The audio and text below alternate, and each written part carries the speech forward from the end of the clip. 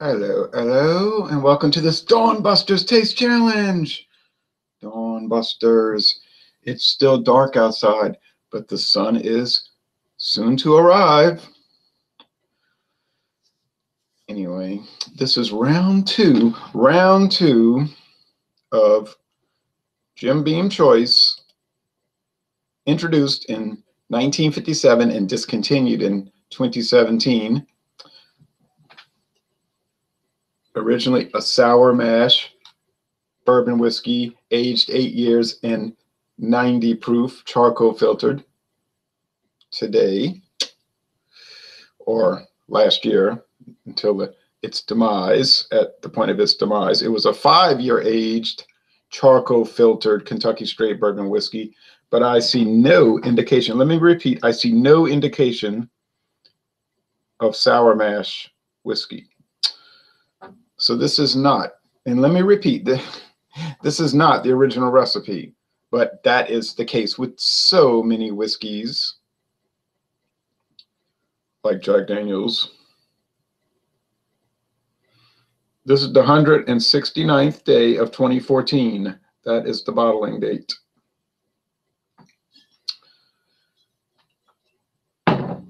Okay. Speckled Tail American Whiskey. Introduced in 2017, aged a minimum of 4 years. I don't know the exact time period. Bottled in Florida by the up-and-coming Caribbean distillers, or as they say here, Speckled Tail Distillers, simply an alias. American whiskey, not certified as bourbon whiskey because it apparently is being aged in used barrels. But it may be a bourbon whiskey recipe, but that one factor disqualifies it. I think this is meant to be a mimic of Jack Daniels, and it doesn't really do that. Although I did get confused with this and the Jack Daniels number 7, the green label, so there is some crossover. This is $10.79 a bottle at Walmart. We can buy liquor at Walmart in Louisiana right off the shelf. It's not behind a counter where you got to ask someone, could you grab that for me? You just go there like you're buying soap powder or cans of beans, and you pull the liquor and you buy it. Okay.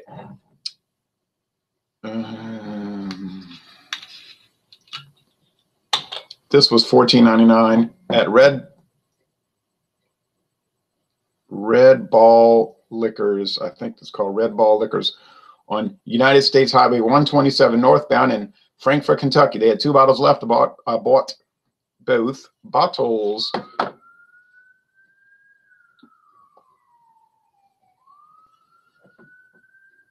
So I'm going to recreate this taste challenge, because I don't think I did the greatest job last time. And usually I do the greatest job, right? Right. Thank you for your agreement. Now, I don't think Speckled Tail is going to win, and I don't think I'm going to get them confused. But you know what? I did not think that the Connecticut women's team was going to lose to Notre Dame last night. But you see, you think you know, but you don't know, and maybe you'll never know. I'm getting sick of bourbon. Now, I will admit to that. Bourbon's starting to grate on my nerves. Now, I was thinking about this last night. I said, okay, yesterday evening, not quite nightfall yet. I'm thinking, I said, funny thing, when I first started drinking bourbon 2 years ago, something like that, most of you just taste strong alcohol. Like that's your initial impression. It's just so much alcohol. And then then you start over time to develop, you can start to really pick up more and more flavors. And then as you get used to it, then the alcohol doesn't factor in so much. It's just all the tastes. And the more you drink them and taste them, the more you start to, I think, get used to them and start to have a more developed understanding of the products. And I noticed that with beer. for 22 years, you see. And one thing that developed over the last year, or even let's say last 6 months, is this, to me, off-putting yellow corn grits profile that I get with bourbon. And I eat a good amount of grits. I'm not a dedicated grits eater. I mean, I know people that have to have grits, eggs, and sausage or bacon every morning. And they'll say, "Oh, my blood pressure, my blood pressure." Oh, I wonder why it's high. I cannot imagine why. You're only 100 pounds overweight, but beyond that, I can't see why blood pressure would be an issue. But I've had enough grits in my life that these bourbons start to taste like I'm drinking grits. Now I know they're using yellow corn grits, and what you get from Quaker, or maybe Surefine if you're buying store brand. Surefine is part of Super Value, by the way, but that's white hominy. Okay, so white corn, but it's still corn, and you get that taste, and it just grates on my nerves. So I'll be so glad. This is the last bourbon challenge of all time. Well, not really, but for a while. Then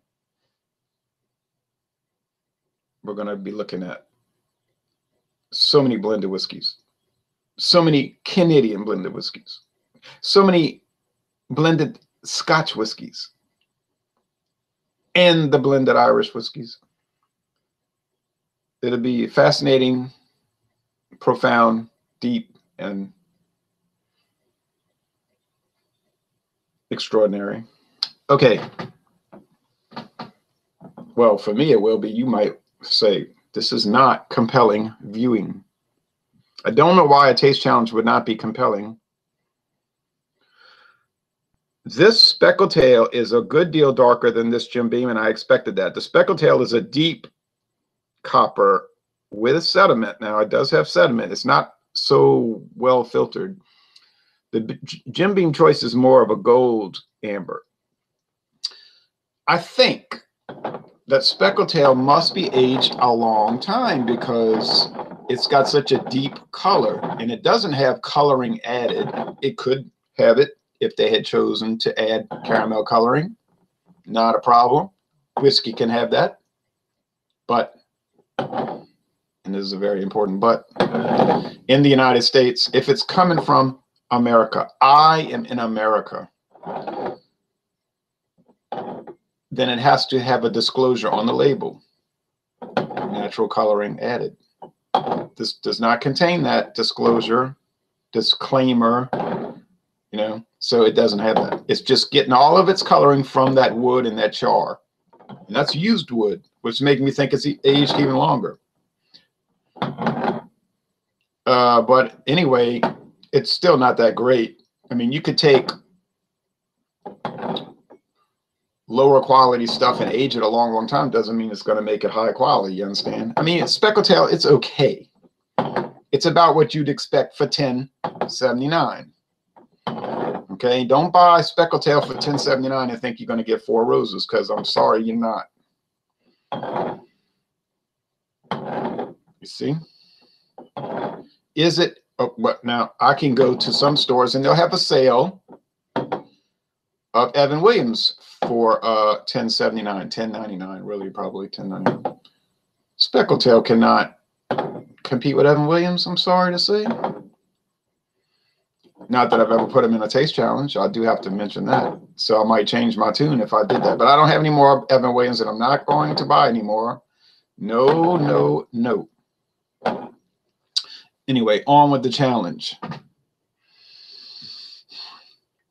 Oh, yes, the sky is starting to lighten as the sun comes around.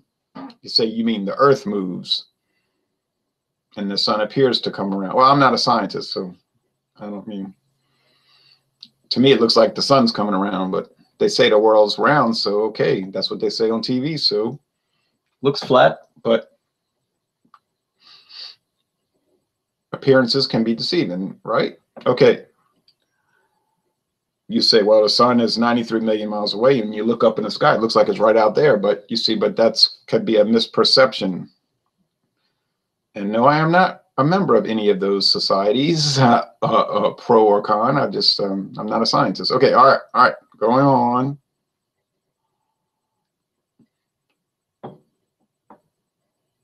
And what is my expertise in the world of science? There is no expertise on my behalf. I'm sorry. Okay.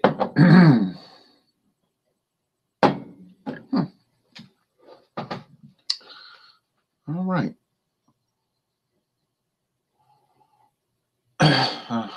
Yes. Well, okay. Well, they both have a very strong corn profile. That would make perfect sense because both of these are probably predominantly and heavily corn. Okay. Just like corn, corn, corn with a little barley malt and a touch of rye. Okay. Which of these have grain neutral spirits? Neither. They're all pure whiskey. Okay. But then remember, the grain neutral spirits is like pretty much distilled corn, right? It's corn that's distilled into whiskey, but it's not aged. Might be filtered, but it has no aging. It's just cut, you know, they cut it with water and then they use it for blending purposes. Now in Scotland, I believe they have to age it for 3 years, I heard, from what I heard. The Scottish regulations. Try to read the Scottish regulations. Very not user-friendly. You read the United States regulations, very user-friendly, very user-friendly. And it's interesting too, because they say Scotch whiskey cannot have coloring or flavoring according to US law, but then Scotch operates under the laws of Scotland, you see. So the United States law is immaterial to the importation of Scotch. Same thing with Canadian whiskey. Canadian whiskey cannot have coloring, cannot have flavoring, except that it's imported under the purview of Canada's law. So if the United States owned Canada and Scotland, we do not yet, then that would change, but we don't own them yet. United States did try to own Canada twice by invading Canada, but those adventures failed, but that's another video. Okay. Sweetness, corn, the aroma commonly associated with whiskey. Same here, but it's more of a, like a green wood and a cellar mold type Jim Beam-esque. And I think you know what I mean. Jim Beam has that very distinct quality. Now, I think 5 years charcoal filtered might make a difference as well, you see. So let's go.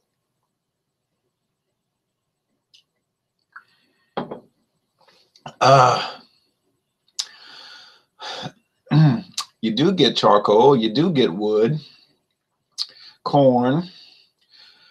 Oh, that corn starts to set in and it grates on my nerves. And some dried flowers, perhaps, over here.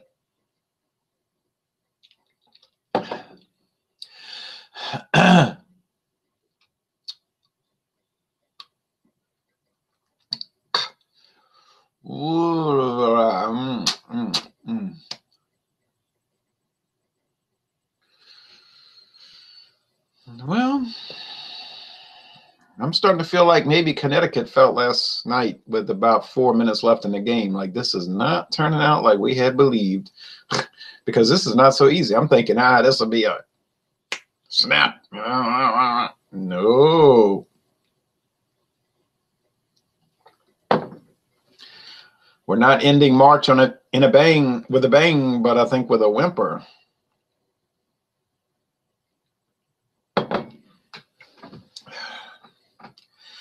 I may have to concede defeat before I even, I may have to forfeit before the game is over. Holy smokes. Well, let's see. Let me think. Well, if I have to think, right? There's your answer. You know what I mean? If you got to think about it, you got the answer, because one is $14.99 and one is $10.79. Oh, well, you know, $4.20. Not exactly a great price difference, but it is a difference. And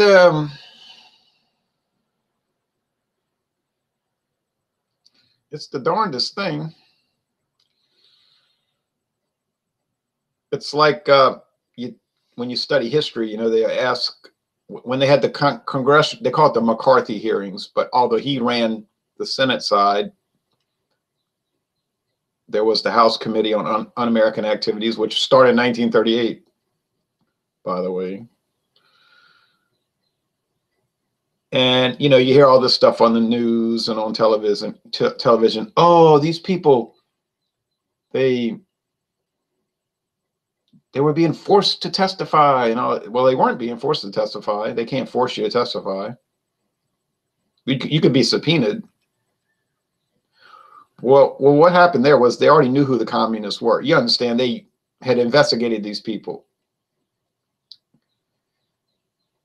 and they couldn't really tell them what ideology to follow, of course.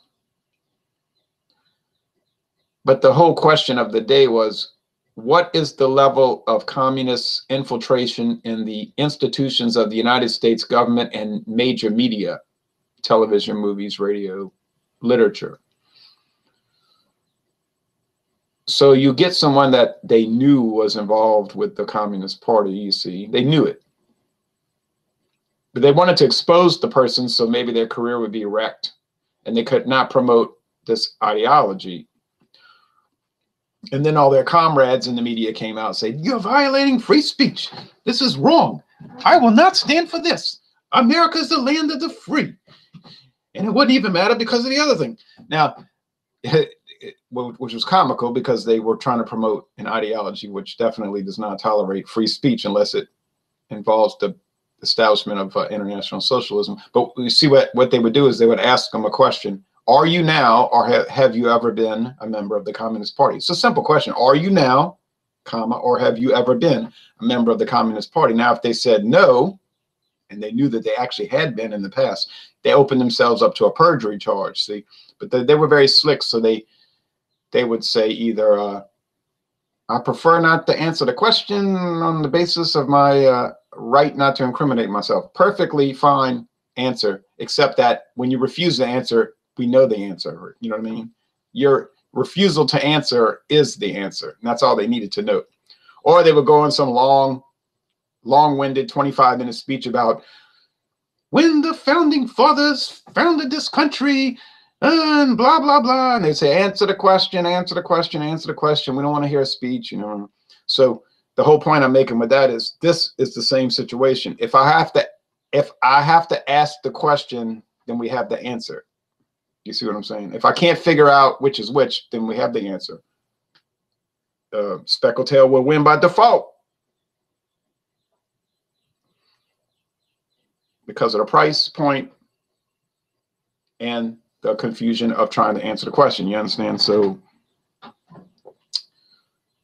you got to be very careful when the way you can cross-examine people. Many times the refusal to answer a question is the answer. You see? All right. Oh boy, this is going to be very tough. So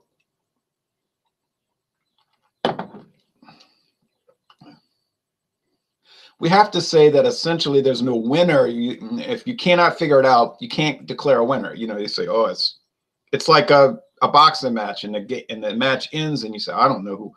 You're looking at the points, it's almost even, and who dominated? No one dominated. It's just a judgment call, and that's what this is. But I do think, perhaps and possibly,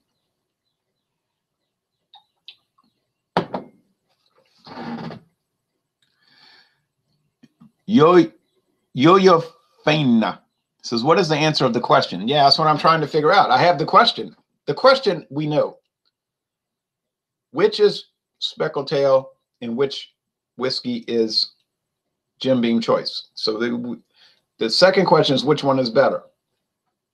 So we have the question, but we don't have the answer, you see. But I said by the inability to provide an answer, we do have the answer. You see what I'm saying? The lack of an answer is an answer in this case. And that's why I went into the whole thing about the communist investigation, because I was using that as an example where the refusal to answer the question was an answer.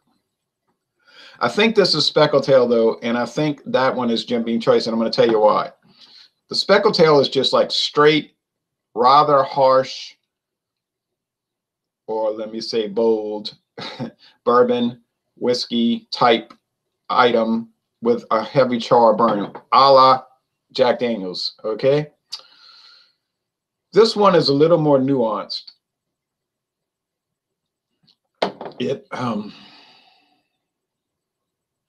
The back taste. You see, a lot of times the whiskeys, you got to look at the back taste. It's not the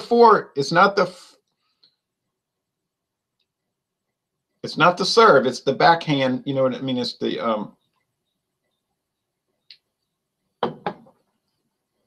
backhand shot. And this one does seem to have a little bit more of the mint in the, and I've said this so many times, wintergreen mint type thing in the cellar mode. I'm not entirely confident. I'm only confident in one thing here.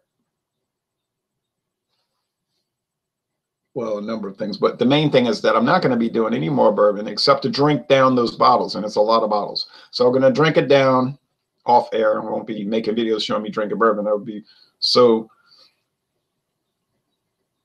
worthless. So, but you know, it'll take months, but I'll exhaust those and be very happy to do that.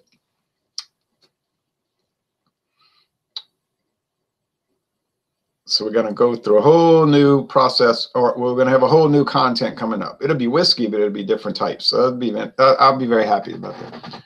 Nice answer, sir. I love Jim Beam too. I do like it. And this is the choice. I don't know if you've ever had Jim Beam Choice.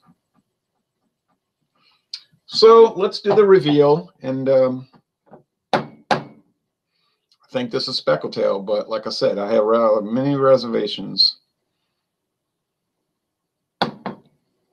Holy smokes. Wow. Oh, well, I hope you have a nice Easter tomorrow. Let's change the subject. How about oh boy, how about those Cavaliers?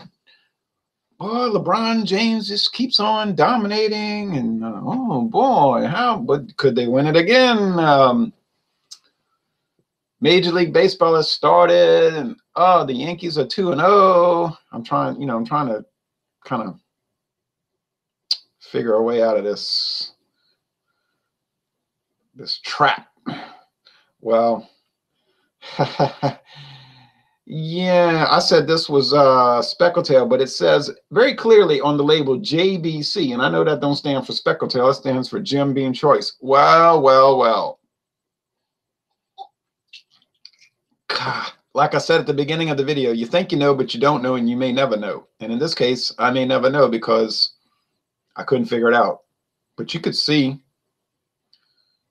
at the beginning of the video, I was very nervous. I was jumpy, nervous. And that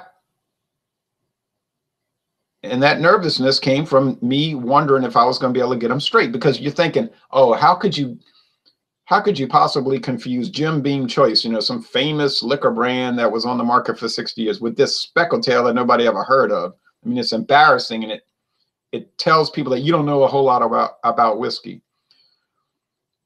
Oh, well, I don't need a taste challenge to send that message. I'll just tell you directly, I don't know a lot about whiskey, and I have no great discernment nor experience in whiskey tasting. See, I'd be the first to admit that. If you're looking for expertise, you might want to go to Ralphie or somebody, because it's not here. Enthusiasm. Yes, I've got that. A big interest in the whiskey world. Yes, that's there with brandy and sherry and port wine and all that. So you'll get the enthusiasm here. You'll get the interest in the brands. I'm like, love to study about brands, the history, and when the trademark was acquired and the ingredients. So you'll get all of that. The persistence, yes. You say, no, you mean incessant behavior. You know, you incessantly post videos, incessantly. You never stop. You stop. It's like a machine, this endless machine. This is true. And so you'll get that, the incessant video posting, the my mind racing ahead, my mind always racing ahead to what I'm going to do next, what I'm going to do next. But the expertise, no, you won't get. You may get it one day. I mean, I'll be an expert. Now I'll make a video called, now I am an expert. I'm not an expert on beer, by the way. And I will pay you money. Now, if you want to get some money today, I will pay you cash money if you can find a video where I ever claim to be an expert in beer. You can get paid today. I told a fellow beer reviewer, I said, well, he took his ball and went home. But I said, I will pay you money if you can produce any documentation where I had ever said an ugly thing, said anything ugly to a fellow beer reviewer on their videos or in a Facebook or Google Plus chat, ever said something ugly or mean-spirited to them. I will pay you money right now. Well, of course, he did not get paid. But sometimes you got to face the music. But if you don't want to face the music, you can run and hide. And that's an option. I don't do that. He did. To his, well, he's young, so maybe he'll mature. I think maturity is important. But I say if you're out there and you're doing public videos and if you're out and about, then you need to man up. You know, don't jump up if you can't man up. And I think that's an important, you know, I said this years ago, this is not baby cry. I don't know why. It seems to be especially true in the world of beer, not wine or liquor so much, but in the world of beer reviewing, there's a lot of baby cry out there. Oh, this baby cry. I don't know if that's a beer thing that it attracts baby crying, but it might. Warrior, sir, all the way. Yeah, I'm a warrior king in the classic sense, right? A modern knight errant of the drinking world. Well, okay, you got me there. Anyway, up with liquor, tasting, not abusing. Want to qualify that. And down with baby cry. Okay, up with liquor and down with baby cry. Oh, well. I have even more shocking news. Just kidding, it's not shocking. I'm about to post, when this goes off the air, and which is going to happen in probably less than 2 minutes, I'm going to start uploading a video I did a few days ago for an American blended whiskey. And I could not get over this thing. I could not get over it. I was shocked to the core, shocked, rattled. But I'm not going to say whether it was because of good or bad, good things or bad things. I'm going to let you watch the video in about 3 hours. Was I shocked to the core because of good? Or was I shocked to the core because of bad? Bill McIntosh says, happy Easter, dude. Happy Easter to you, Bill. I'm going to try to go to Easter Mass at 7:30 tomorrow morning. I might try to do a liquor taste challenge, a whiskey taste challenge at between, let's say, 6:10 and 6:30. That would allow me an hour to fast before Mass. I'm not drinking a whole lot in these challenges anyway. I would like to, and if I can, I'll do it later in the morning, but I would like to do the Albertsons American Blended Whiskey against Ancient Age American Blended Whiskey. And I have a definite idea of who's going to win that. But as these taste challenges have demonstrated, you can be very tricked. And Marvin started doing that, you know, at Arkansas Beer Reviews. He started doing taste challenges, and he said a lot of people say it's so easy, you know, they'll make a claim. You could tell Budweiser from this so easily or whatever. Go ahead. Do the taste challenge. Let's see how expert you are. You might get mixed up. Make some time for exercise, says Bill. Walk a mile. Oh, don't worry, because today I plan to walk 1.5 miles, and I plan to walk 1.5 miles tomorrow. And I usually walk about 9 miles a week. Yeah, I sure do. I believe in exercise, and I lift weights, and I do push-ups and sit-ups, and don't drink any more soft drinks. No Coke, no RC Cola, no Pepsi, no Fanta. Oh, I feel so much better. When I gave up soft drinks a few years ago, after about a month, I said, oh, now I see why I felt bad for 30 years. Oh, okay. I feel so much better now, when I drink beer, in moderation, I have to say that's an honest statement. If I'm sick with a cold, or which is rare because I take a vitamin C every day, but when I drink beer, I feel better. Beer makes me feel better. Now I'm not a scientist and I'm not a doctor and I can't quantify why, but it does. And we're only talking about 22 a week. 22 a week, it's not a lot. I know some people that'll do 22 in a day, but I think that's insanity, Anyway, thanks for watching this taste challenge. Sorry I failed, but that's the challenge part of it, right? And Marvin stepped up. He's doing the taste challenges. He's putting his money where his mouth is, but he didn't have a lot of mouth, you see. Marvin wasn't out there calling people out. I noticed the people that like to call everybody out, you say, well, where are you? I see no challenges. I see talk. You don't know this, you don't know that. Everybody knows. Well, where's your challenge? You can it's not hard to make a video channel. Just make an account. You can make a fake name if you're not comfortable in your own skin. You can call yourself TC1, Taste Challenge 1, and you can wear a mask if you want to hide, whatever. But that's the most comical thing. The ones that hide their identity are the ones that usually make the biggest statements, calling everybody out. Oh, I'll call you out. Well, who are you? Oh, I can't say. Oh, okay. How about that? All right. Thanks for watching this video production, and I will hope to see your taste challenges soon enough.